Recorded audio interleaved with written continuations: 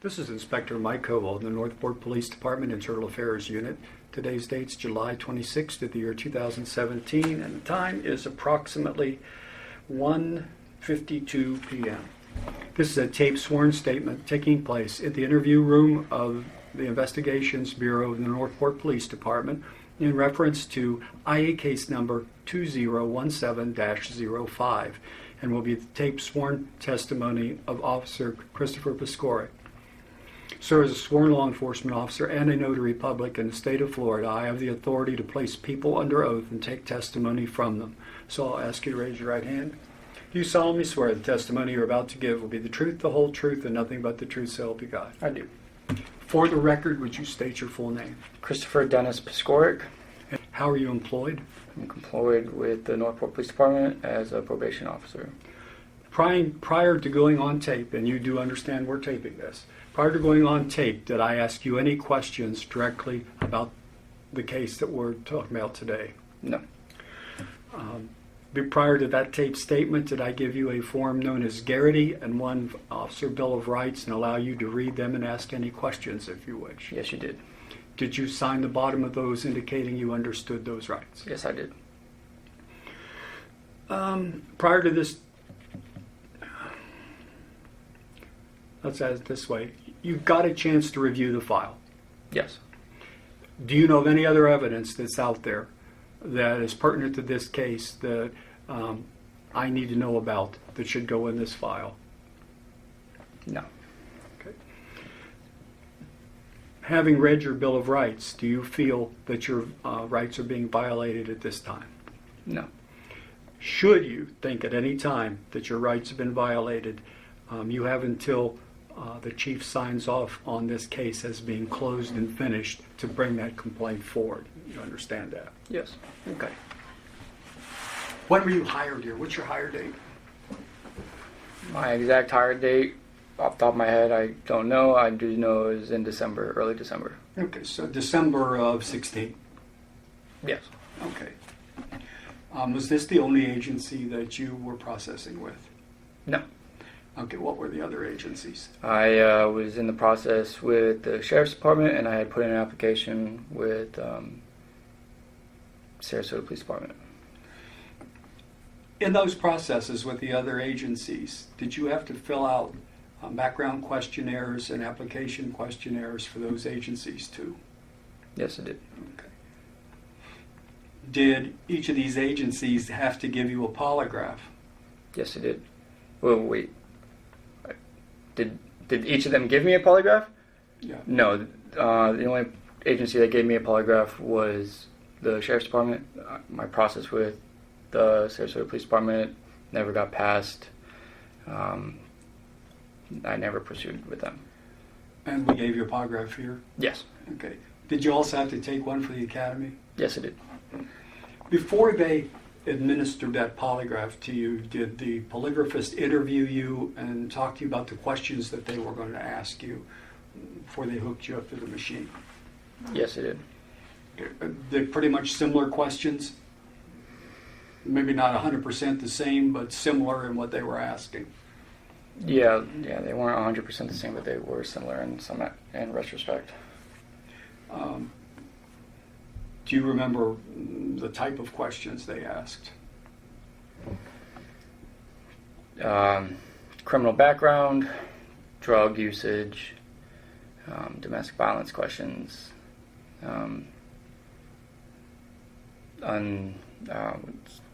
inappropriate sexual contacts, and a broad assortment of others. So, kind of a general, all-around set yes. of questions. Yes. And so you've had to answer those numerous times? Yes. Okay. I understand that during the process with Sarasota Sheriff's Office that you ran into a problem with their polygraph. Is that correct? That is correct. I also understand that prior to that polygraph that you had spoken with their background investigator and told him that there was made an admission to him. Is that correct? Yes, that's correct. What was the admission? The admission to the investigator was the very next morning after I had my interview with him, it was I called saying that I had done some sexually explicit things with my dog at a young age. Okay. Yeah. Did they let you proceed from that point? They did. Did he let you know he was going to tell the polygraphist the admission that you... Yes, he did. Okay. So you talked to him, you go in for your polygraph. Sergeant Borntrager was your polygraphist. Yes, that's correct. And did he interview you and talk to you about the admission you made and then ask those same kind of general questions before he hooked you up to the machine? Yes, that's correct. And did you explain to him about the admission?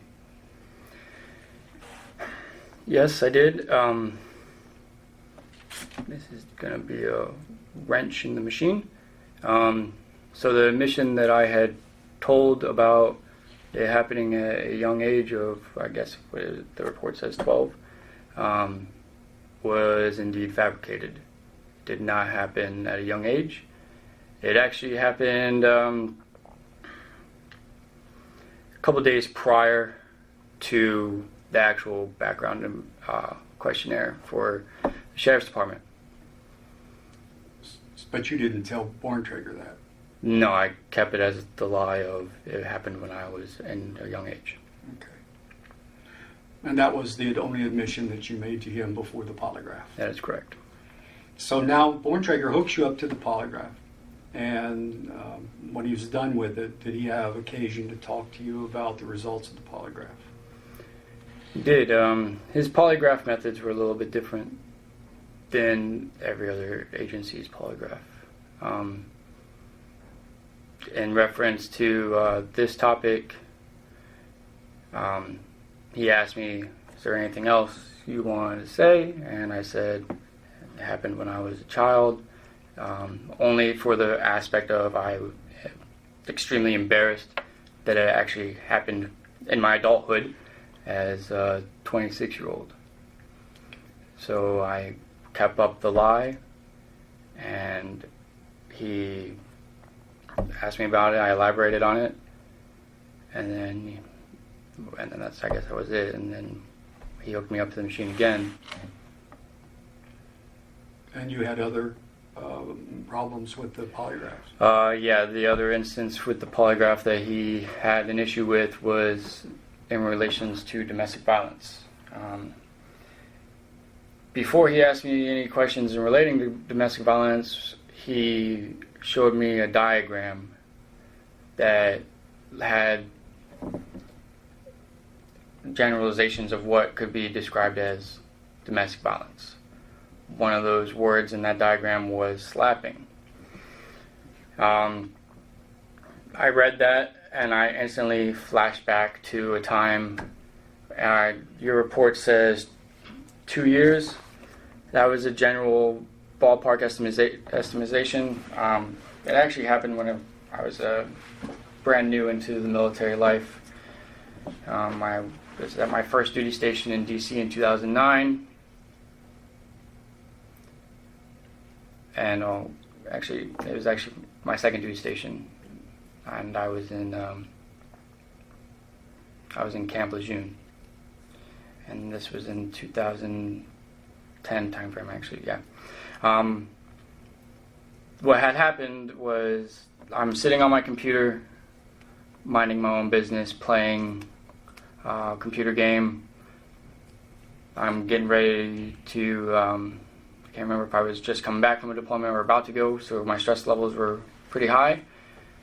My wife comes at me yelling, screaming for me to do something. I'm really not in the mood for it. I'm in, I guess you would call my game zone, if you will.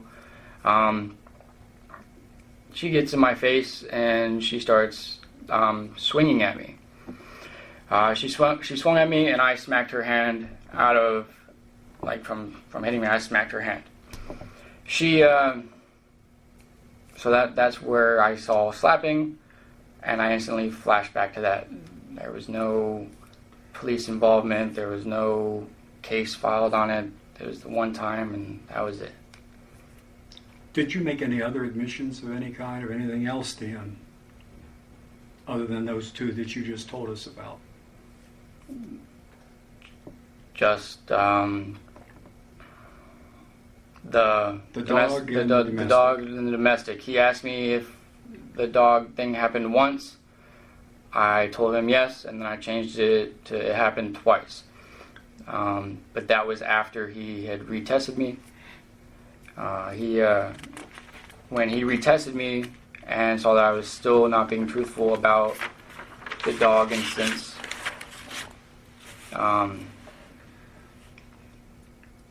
it came back as not being truthful because it was all fabricated. It had happened when I was an adult and not 12. So when he asked me, why are you still coming wrong with this, I said, well, maybe it wasn't once, it was twice, thinking that that would solve my problems. So then again, another lie, not fixing anything. And that was pretty much it. He said, okay, we're completed here, and I left. One last question about that phase, that whole thing with the sheriff's office and that. And they gave you countless opportunities where you could have disclosed that before they went into the process, did they not? I mean, you had documentation to fill out. There's questions on the questionnaire, on the application, and then again, you talk to your background investigator. At any time, you could have disclosed that before you got to the polygraph. So I believe the actual questionnaire that you're talking about is just a general questionnaire. Yeah, you can get those out because I'm going to ask you about those too.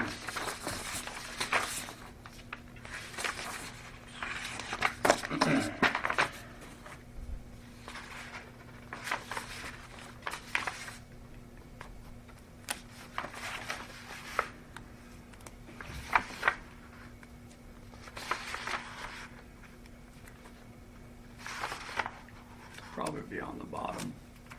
There we go. It's that packet. Yeah. Yeah, so with this packet here, this is Northport's copy. The Sheriff's Department copy, he gave me this copy a couple, I would say maybe about a week or so before the actual polygraph questionnaire. So with that, the dog instance had actually happened after I filled out Sheriff's Department frontal questionnaire. Okay, so you were done. He told you that you were finished. You could leave. He didn't, whatever the terminology he used. He didn't say you were disqualified. You're done. It's over. No, he said we'll be in touch. Okay. So now you're processing with us. No, my process with you is more or less almost done. I had already done the polygraph with you guys. I had already done the background with you guys way before my polygraph with the Sheriff's Department. Did you tell our background investigator or make any of the admissions to our background investigator that you did to the Sheriff's office? I told my background investigator that he had asked me if I was applying to another agency, and I believe I said I was with, had put in an application, but I haven't done anything further with that. When, after you left the Sheriff's office knowing that that process was over, when you came back, did you let anybody on our agency know that you had failed the polygraph at the Sheriff's office? No, I did not see any reason to. I had already done my polygraph with Northport, and I had already passed. I didn't want to shoot myself in the foot. I didn't think anything would come of it, and so I just didn't tell anyone. I just went on with my process with. But you had to know it wasn't truthful. But that's the thing. It was truthful. My polygraph with Northport was true. None of the dog instances had happened when I took Northport's polygraph. That instance didn't occur, so how it didn't happen. All right.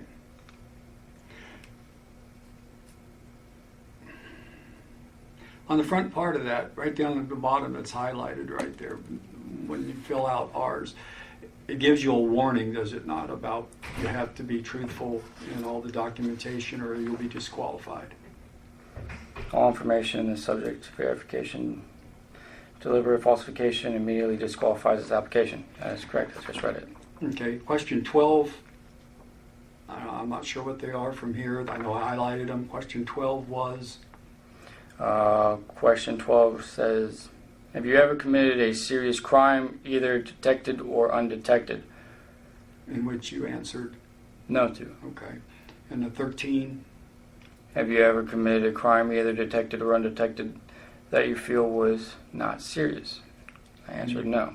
Okay. And then I think the next one is 20? Yeah, 20.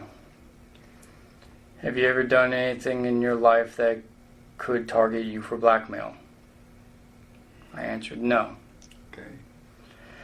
Is there anything in your background that would embarrass the department? I answered no. And the 22 was, have you ever physically abused another person? I answered no. Okay. So you answered no to those, but you admitted to have been involved with slapping your wife. Would you not think that would be embarrassing to the department? And would that not be considered, in the state of Florida anyway, a crime? Even, it's battery even to touch somebody unlawfully, let alone slap their hand.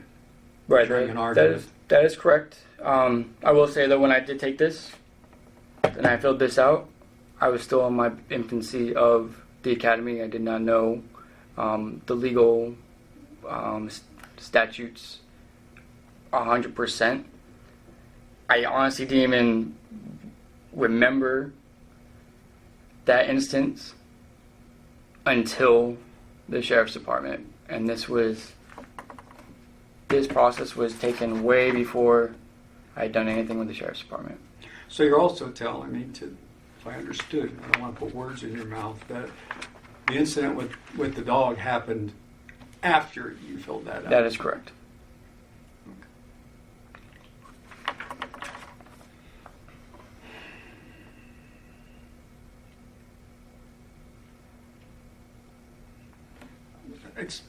Again, and you may have already, and I don't want to beat a dead horse, but I mean, you're already deeply into the process here, because I believe you were hired in December.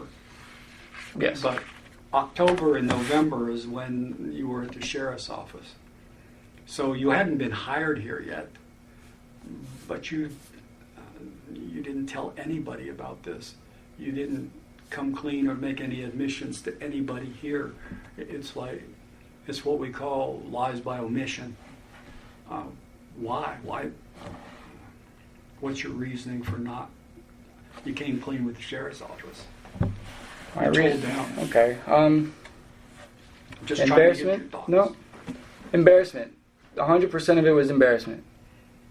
Okay, I can understand that. The other half of it was I needed a job. I have 2 kids and a wife that I have to support.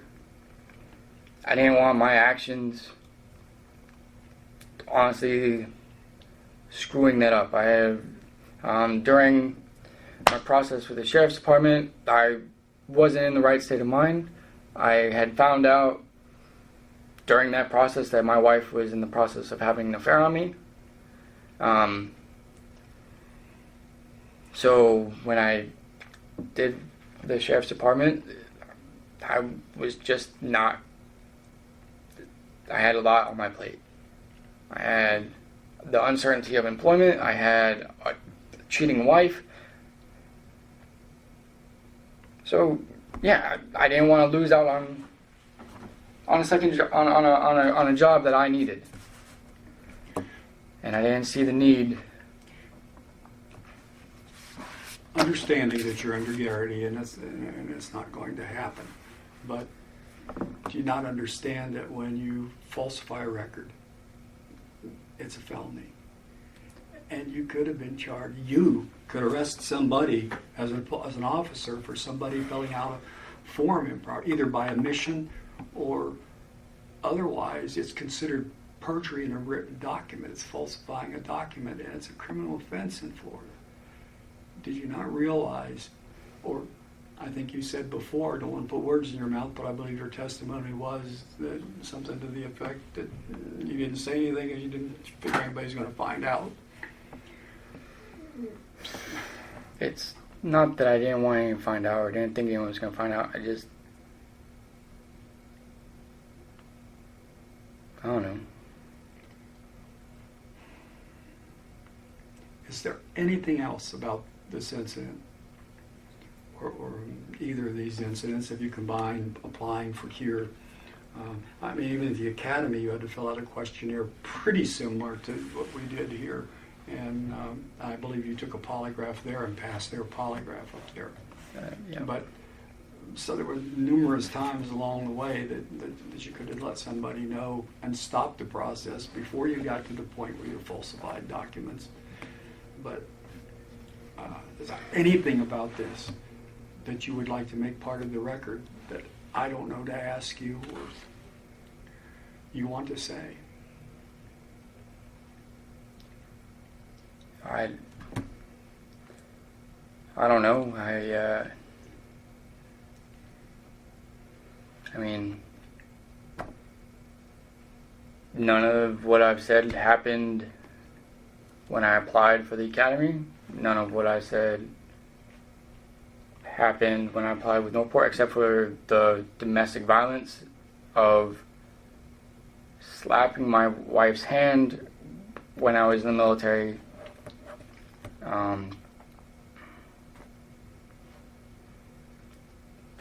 The dog reference, that happened well after I had taken my polygraph with Northport. It had happened well after I had taken my polygraph to get in the academy. And that's... I don't know what else you need. Has everything you've told me here today been the truth, the whole truth, and nothing but the truth? Yeah, I don't know what else you No, want. I just want to make sure that you have every opportunity that if there's any part of this that you told me that's not true, you have a chance to clarify it now before I turn the tape player off. I have to give you that opportunity. If you want to change something, if something you said isn't, I give you an opportunity to clarify it, and that's what it is. It's considered clarifying it. If there's something more you want to add, I have to give you, it's only right, give you opportunity to say something. Other than that, I have no more questions for you, and my interview with you is basically done. So I just want to make sure you're telling the whole truth and what you have told me under oath. Because remember when we talked about Garrity, all bets are off if you perjure yourself. If you perjured yourself, then that is a felony charge. And that could be prosecuted. So I just want to make sure you're honest with me. I'm been as honest with you as you've asked your questions. Okay. The other thing I want to tell you is, and most people don't know the process, I'm just a fact finder. I don't make any decisions on these cases. I'm not permitted to. All I do is send your statement in, get it transcribed like the ones that you've read in front of you, and then it goes into a binder, and I type up a summary of everybody I've talked to, what they had to say. I send that to the chief and the command staff review it. He makes the decision. I do not. I'm not allowed to. That's why I have to stay neutral. Okay. And that's what will happen with this process. I put this all together, it goes to the chief, and then he reviews it, and then he'll make up his decision on what he's going to do, and then you would be contacted. There's forms that contact you to let you know if there's discipline to be involved, what it is. There's usually a pre-disciplinary hearing for you to attend, to have another say, anything you want to say to the chief before he does whatever he's going to do, and that's usually the process. So it's not like today this is over and done with and I'm going to go make a decision. I'm not allowed to. Okay. All right. Yeah. Okay. No questions for me? I guess my biggest question is whatever is deliberated between what my status as an officer is I go to apply for, I don't even know if you can answer this question. I go to apply for a civilian job, and they ask, list your prior employments. What information is the department allowed to release in reference to this, other than he's hireable or not hireable? That you'd have to ask either Nicole or somebody in HR, because I don't know and I don't want to tell you wrong. Okay. I know for a long time it was just what you said. Employers are only allowed to say whether you would or would not employ somebody. I don't know if that's changed, brother, and I don't want to lie to you. Okay. Yeah, that's basically what I'm not saying that I know what the outcome is. This is going to be. It's just, yeah. That will end this tape statement, and it is 2:20 p.m.